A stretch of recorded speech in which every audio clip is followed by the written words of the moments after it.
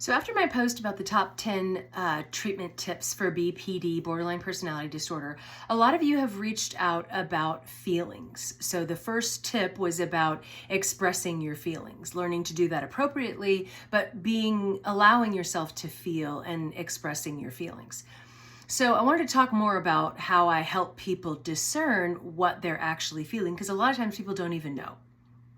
Or their emotions are so overwhelming that they don't know how to process it. They don't know what to do with it. They don't know how to express it appropriately. So I talk to people to make things very simple and help us just get on the same sheet of music and get through the work. I talk to people about 4 feelings. So mad, sad, glad, afraid. Mad, sad, glad, afraid. So those are the 4 basic feelings. Obviously there are tons more and there are different permutations of even those, but when we're trying to get a hold on what we're feeling and get a name to it and figure out how to express it appropriately, those are the 4 that I talk about.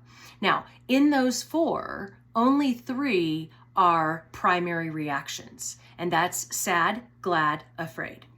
So mad is a secondary emotion.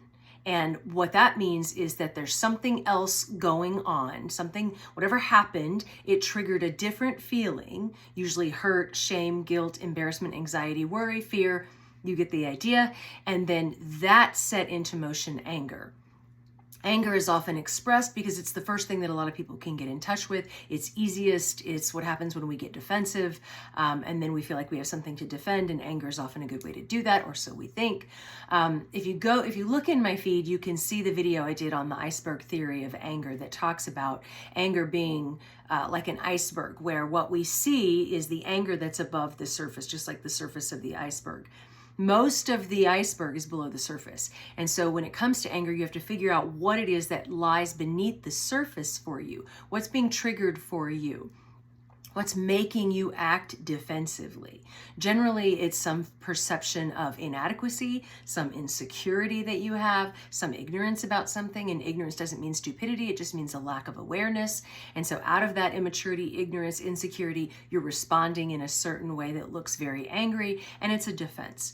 It's like a fortress around your heart, if you will, to try and protect yourself. Problem is, it doesn't really protect you. It doesn't even serve you.